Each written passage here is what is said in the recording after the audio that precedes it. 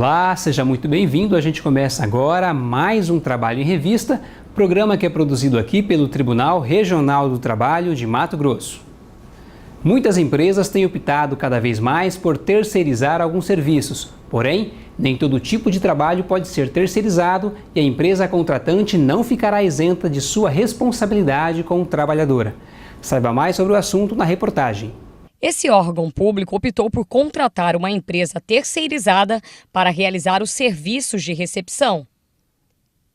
Sônia é quem exerce essa atividade e, nesse caso, o contrato de trabalho dela é com a empresa prestadora de serviço. Eu sou contratada por uma empresa terceirizada. Eu faço cadastro para as pessoas entrarem, elas falam para onde vai e eu libero. Porém, ao contratar uma prestadora de serviço, não significa que a empresa ou órgão público ficará isento de qualquer responsabilidade com o trabalhador. Ela tem a obrigação de exigir todo mês que comprove o pagamento dos salários, os depósitos do Fundo de Garantia, o recolhimento do INSS, que são os encargos sociais. A terceirização pode ser aplicada em todas as áreas da empresa, definida como atividade meio, como serviços de alimentação, limpeza, segurança, telefonistas e recepção. Emerson trabalha como porteiro no Tribunal Regional do Trabalho de Mato Grosso, mas ele não é um servidor público do órgão. Emerson é contratado de uma empresa que treina e fornece esse tipo de mão de obra para outros estabelecimentos. Beleza, graças a Deus. Sempre foi certinho, né? Serviço que eu sempre gostei, só trabalhei assim terceirizado. Os serviços que não podem ser terceirizados, conforme artigo 581 da CLT, são as atividades fim, ou seja, que têm função que corresponde à atividade principal da empresa.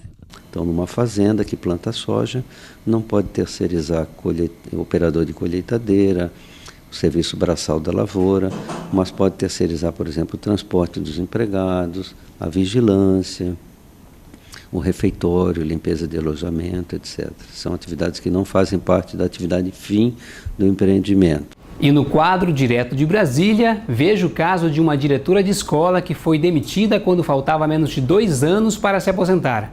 Ela ainda teve o pedido de aposentadoria negado na Justiça. A diretora recorreu ao TRT de Campinas e conseguiu reverter a situação.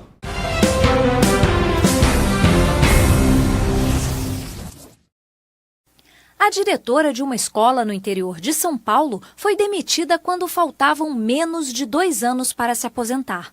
Na Justiça, pediu a aposentadoria especial, garantida pela Lei 11.301 de 2006, que permite ao profissional do magistério se aposentar com 25 anos de contribuição. O juiz de primeiro grau não aceitou o pedido porque a norma coletiva da categoria garante a aposentadoria especial só aos professores e não aos diretores. Mas no Tribunal Regional de Campinas, o entendimento foi outro. A lei prevaleceu sobre a norma coletiva. Como tem a lei nova, que seria, no caso, houve a redação nova do artigo 67, no parágrafo 2º, considerando como atividade de magistério a função de diretor e de coordenador de escola, então, nesse caso, essa convenção coletiva estava praticando uma injustiça em relação à diretora.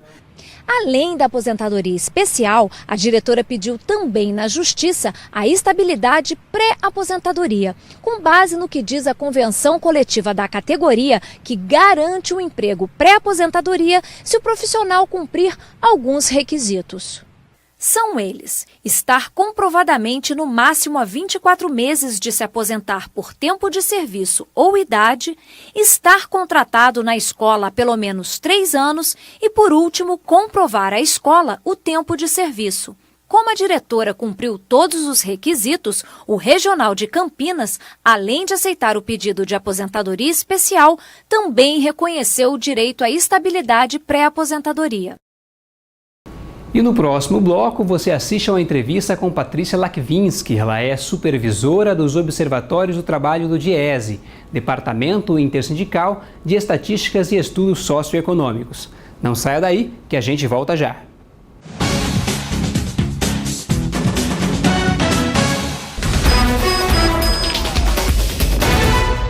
Trabalho não combina com criança. O resultado mais comum é o rendimento ruim na escola ou até mesmo a evasão. Brincar faz parte da infância. E o compromisso maior nessa época ainda é com os estudos. A Justiça do Trabalho não acontece só nos tribunais. Ela é feita por todos nós. Tribunal Regional do Trabalho de Mato Grosso.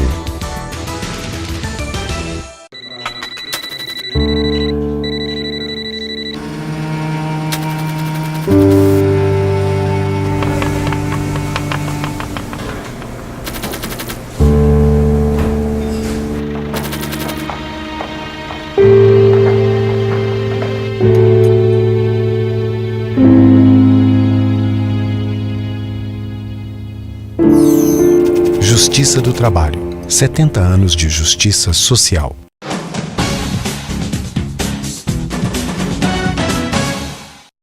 Bem-vindo de volta ao Trabalho em Revista. Cuiabá deverá ganhar um observatório do trabalho para melhorar os programas de geração de emprego. O que é isso e como essa estrutura vai funcionar, a gente fica sabendo agora com a supervisora dos observatórios de trabalho do DIEESE, Patrícia Lachinski. Patrícia, obrigada pela sua presença aqui. Antes de tudo, Patrícia, o que é um observatório? É o que o nome indica mesmo? A gente vai observar, é isso? É essa a ideia. O observatório vem para observar. E, na verdade, no caso, é um observatório do trabalho. Então, a ideia é estar observando o mundo do trabalho em Cuiabá. O que é observar o mundo do trabalho? Na verdade, ele levanta indicadores, dados, números, enfim, informações importantes para que o gestor público de Cuiabá, do município de Cuiabá, tenha mais condições, tenha mais apoio, tenha mais informações para poder estar trabalhando para a geração de trabalho, emprego no município, ou para estar melhorando a qualidade desse trabalho. Você é supervisora dos observatórios do trabalho ligado ao DIEESE. E você falou que essas informações vão auxiliar o gestor de Cuiabá. É uma estrutura mista? É da prefeitura? Quem que implanta isso e quem que fica responsável?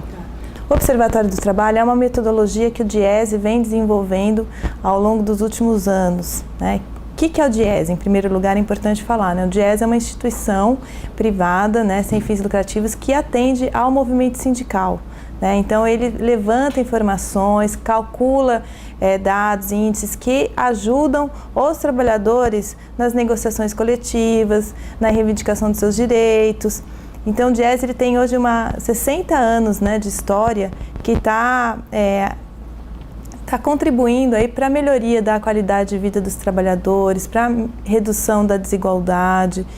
É uma instituição hoje respeitada no Brasil inteiro. E vocês auxiliam nessa implantação desses observatórios? Então, e aí com a mudança realmente das questões do trabalho, hoje a gente vê, a gente não pode só ficar trabalhando ou discutindo a questão do trabalho com carteira de trabalho assinada. A gente vê muito trabalho precário, muita informalidade, então a gente tem que discutir outros assuntos, né? Saúde do trabalhador, questão de gênero, relação mulher e homem, enfim. Então, amplia-se o debate com relação à questão do trabalho.